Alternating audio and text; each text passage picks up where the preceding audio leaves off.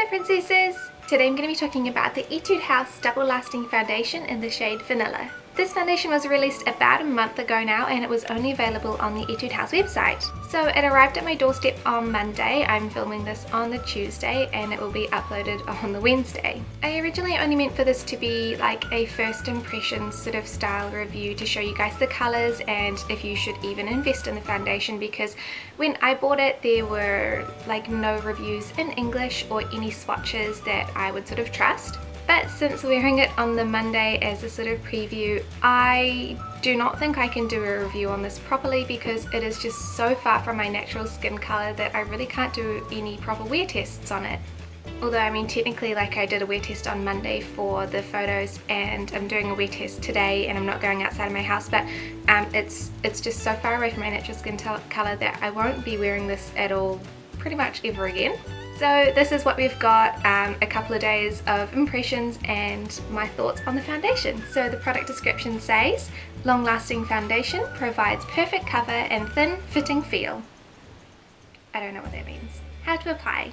Gently shake the bottle up and down before use. Take an appropriate amount of the double lasting foundation and gently apply in the direction of skin texture.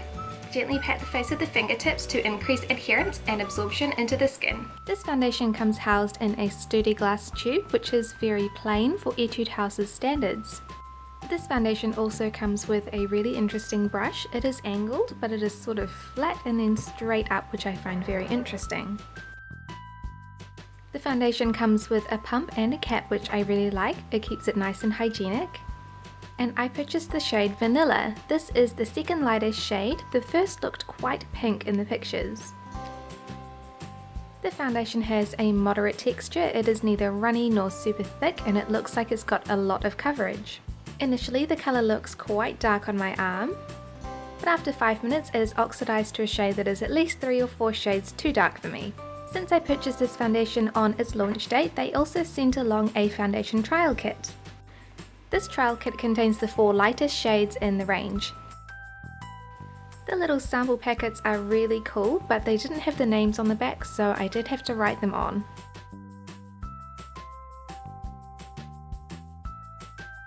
So from left to right we have the shade Fair, which is very pink toned.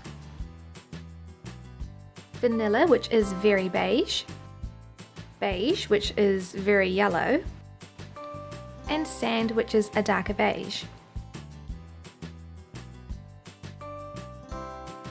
You can see that just after they are blended into the skin they already look darker, and then after 5 minutes they are substantially darker.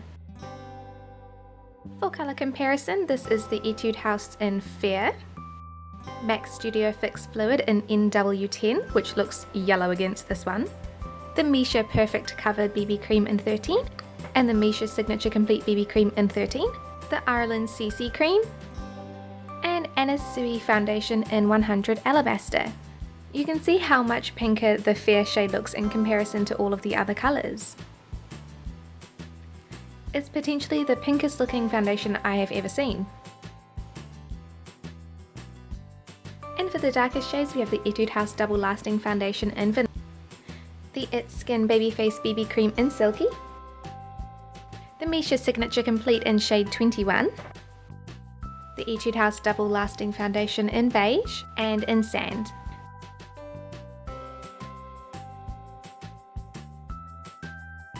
There's definitely a wide variety of colours in this range and the tones are very extreme. Okay, so I'm just going to talk through this application because I actually don't know too much about the foundation yet. I've only had it for a couple of days. But it does say to shake before use, so I guess we're going to do that. So this is the Vanilla shade and one pump is quite a lot. It is quite dark, especially since my hands are a lot darker than my face naturally. The instructions actually said to apply the foundation to the brush into the little white part, but I don't really want to do that because I think it's going to pick up quite a lot of the foundation and I like to work in small areas because it does dry quite quickly. It also says to apply with the brush with the skin's texture, which like literally doesn't mean anything to me at all. I don't know what way my skin texture is supposed to be applied, so we're just going to go downwards.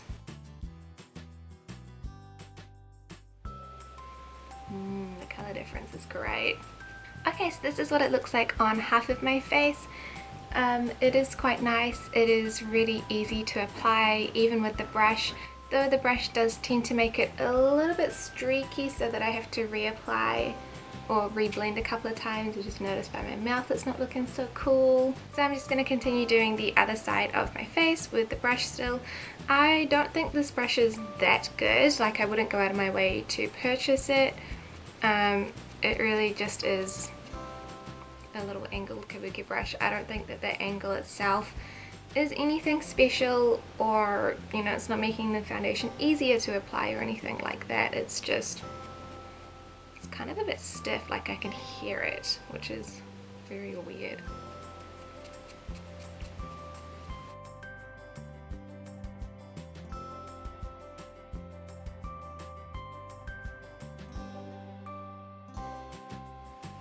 Okay, so that is what it looks like just with one layer.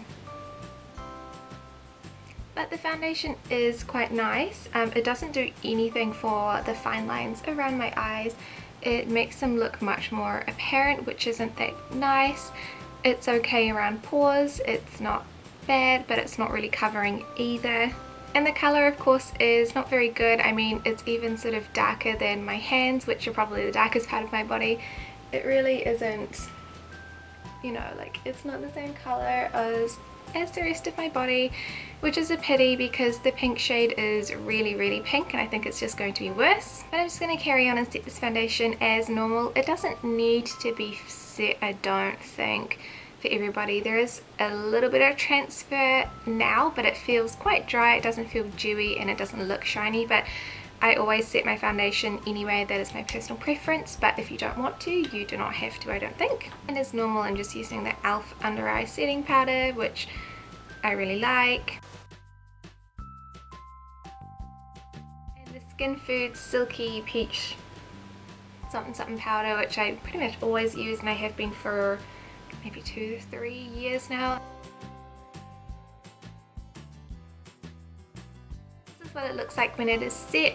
I personally prefer this look because it does hide my pores a little bit more. The foundation doesn't really have anything to do with pore coverage, which is okay.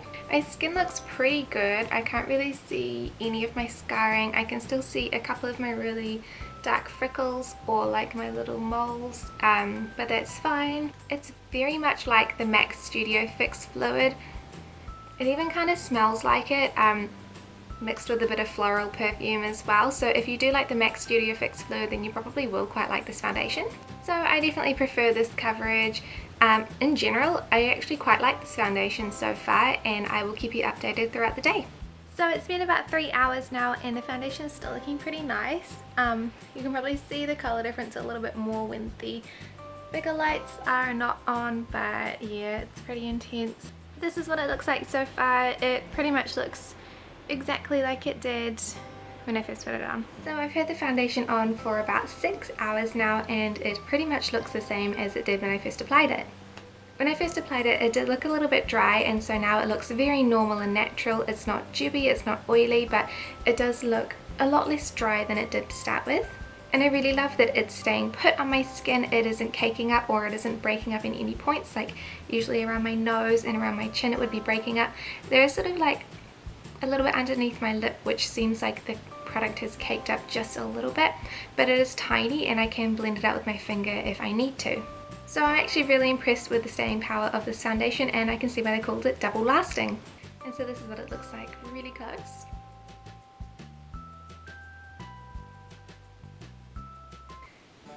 Basically, overall, it's a really lovely foundation, especially if you already like the MAC Studio Fix fluid. But for me, none of the colors are going to match me even slightly, even if I was using a white mixture. They're just so contrasting in color tones that they do not fit with my natural skin tone. I don't really like the brush that much because I think there is nothing revolutionary about it, but the foundation is a good all-round fuller coverage foundation. So I love that this foundation is medium to full coverage and it is very buildable. It lasts really, really well on my skin and it is quite oil controlling. It is easy to apply with brushes, sponges or fingers, and in general it just makes my skin look really naturally flawless. I don't love that none of the colours are even close to suiting my skin tone, and that it isn't the best on dry areas. So for example, it does make the under eye area for me appear quite old and wrinkly, which isn't very attractive, but that kind of just happens to me with fuller coverage foundations. It just emphasises that flaw. I would love this foundation, but the colours are just really unsuitable for me, and that is unfortunate for me, but they will suit other people. If you already enjoy MAC Studio Fix Fluid and you think that you would suit some of these colours, I would definitely recommend this foundation. It is really lovely. However, if you are a porcelain princess and you are looking at the swatches of the Missha BB creams and thinking, oh my god, the Missha BB creams are already a good match for me, do not buy this foundation. It is going to be way too dark for you. And for any of the darker tone princesses, I'm not sure what the darkest shade, which is called Tan, looks like, but if Missha Signature Complete BB Cream in number 21 is already too light for you, then you know you don't really have an option either. I just think it's really odd that Etude House hasn't followed their original sort of lines of BB creams. So I suit number 2 in their BB creams really well, and the majority of them are very light and quite yellow toned, so that is really perfect for me. But since they have already established these colour lines, I'm not sure why these ones are so far away from what they usually have. But it's just so weird for me that the tones of the foundations are so extreme. Like Fear is so pink, whereas the vanilla shade is so beige.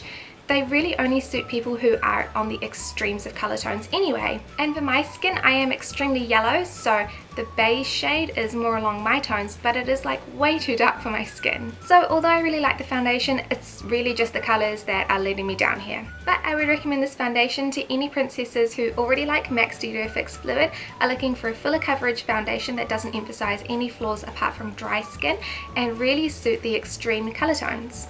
Thank you so much for watching this review, and I'll see you next time. Bye!